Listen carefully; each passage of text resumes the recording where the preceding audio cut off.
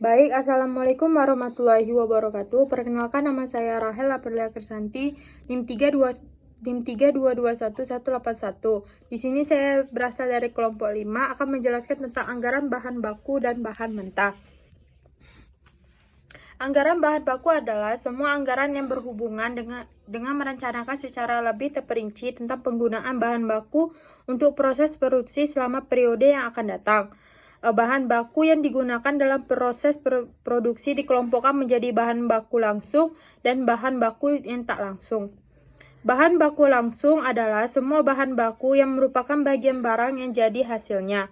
Biaya yang dikeluarkan untuk membeli bahan baku langsung ini mempunyai hubungan yang erat dan disebanding dengan jumlah bahan yang jadi dihasilkan. Sehingga biaya bahan baku langsung merupakan biaya variabel bagi perusahaan. Bahan baku tak langsung adalah bahan yang mentah yang ikut berperan dalam proses produksi, tapi tidak secara langsung tampak pada barang jadi yang dihasilkan. Selanjutnya ada juga fungsi anggaran kebutuhan bahan baku. Ada dua fungsi penting anggaran bahan baku, yaitu pertama ada sebagai dasar untuk menyusun budget pembelian bahan mentah. Jumlah satuan bahan mentah yang dibeli ditentukan oleh beberapa banyak satuan bahan mentah yang dibutuhkan oleh beberapa banyak satuan bahan mentah dibutuhkan dalam proses produksi.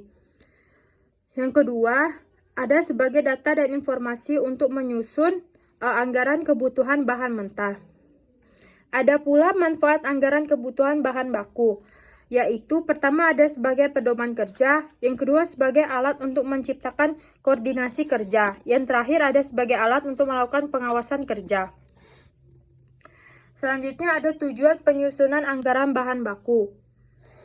Secara ringkas, tujuan penyusunan anggaran bahan baku antara lain yang pertama ada memperkirakan jumlah kebutuhan bahan baku, yang kedua memperkirakan jumlah pembelian bahan baku yang diperlukan, yang ketiga sebagai dasar untuk memperkirakan kebutuhan dana yang diperlukan untuk melaksanakan pembelian bahan baku. Yang terakhir ada sebagai dasar penyusunan biaya produksi, yakni memperkirakannya komponen hingga pokok pabrik karena penggunaan bahan baku dalam proses produksi.